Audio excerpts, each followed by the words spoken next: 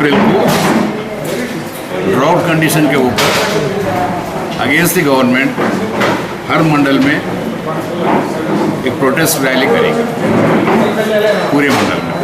या ड्राउट के लिए लोग पूरा नेग्लेक्ट करके जो खम्मम में जो प्लेनरी कर रहे हैं ना, इसके खिलाफ ये इम्पोर्टेंट है।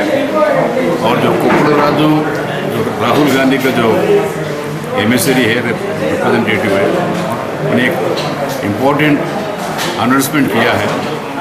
जो प्रेसिडेंट जिसको हम बनाते हैं ये फुल टाइम कमांडर रहेगा नेक्स्ट इलेक्शन तक। एक बार स्टीयरिंग हाथ में देने के बाद बैक सीट से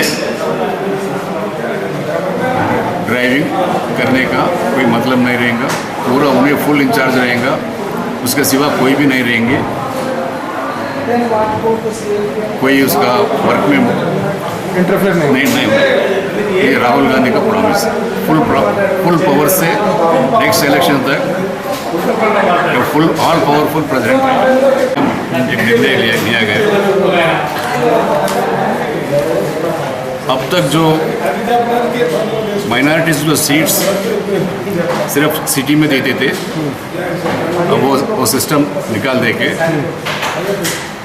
जहाँ डिस्ट्रिक्ट्स में जहाँ मुस्लिम पॉकेट ज़्यादा है, स्पेशली जहाँ डिस्ट्रिक्ट हेडक्वार्टर में, वहाँ मेजॉरिटी हिंदू भी होने दो, लेकिन जहाँ मुस्लिम इन्फ्लुएंस ज़्यादा है वोटर्स का, इन लोगों के लिए ज़्यादा टिकट देने के लिए मोर देन 12%। अच्छा, मोर देन 12% देने के लिए पार्टी सोचेगी। अगले इलेक्शन में शायद वो इम्प्लीमेंट हो जाएगी।